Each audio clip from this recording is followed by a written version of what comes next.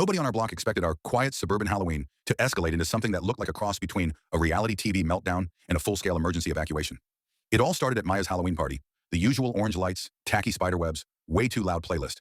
But by 8 p.m., the chaos was already brewing. Someone had spiked the punch so aggressively that a guy dressed as a vampire genuinely believed he could transform, climbed onto the roof, and threatened to fly. Two girls in matching angel costumes got into a dramatic screaming match because one accused the other of copying her holiness. And then Maya's ex arrived out of nowhere in a zombie costume, only to find her making out with his brother dressed as a priest. That alone sent the entire living room into a telenovela-level meltdown. But the real insanity was happening outside. A group of Maya's friends had planned Conairum, the biggest Halloween prank ever. A full fake house fire. They had everything. Fog machines turned into fake smoke columns, orange-red strobe lights inside the windows, fire sound effects blasting from a speaker, and one friend hiding behind the bushes rehearsing his dramatic fake call to 911 so the prank would look realistic. The others were supposed to storm in after 30 seconds, dressed as firefighters, pretending to save everyone and turn the prank into a wild reveal for TikTok. Except they forgot one tiny detail. The noisy neighbor next door had no idea this was a prank. This man already hated Maya's parties. He was the type who'd file a noise complaint if someone sneezed too loudly.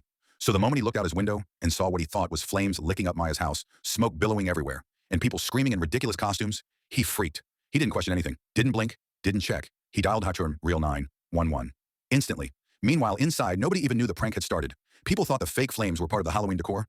But then the real sirens started echoing down the street. Fire engines, police cars, an ambulance, lights flashing, neighbors pouring out of their houses, everyone completely confused. And then, exactly 30 seconds after the real fire truck screeched to a halt, Maya's prank group arrived dramatically, running down the street in thrift store firefighter costumes, carrying plastic axes, yelling, make way, like fools. They stopped dead in their tracks when they saw actual firefighters stepping out of the trucks with real equipment. The look on their faces, priceless. The real firefighters stared back like, are these idiots for real? One of them even muttered, this better be a joke, not knowing it, literally was.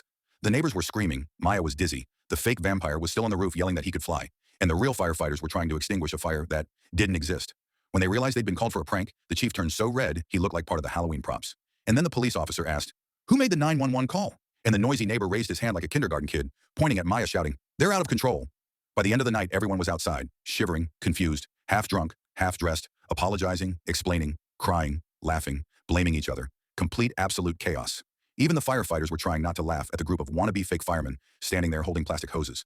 And that's how a harmless Halloween party turned into the most chaotic, unforgettable, absolutely ridiculous night our street had ever seen.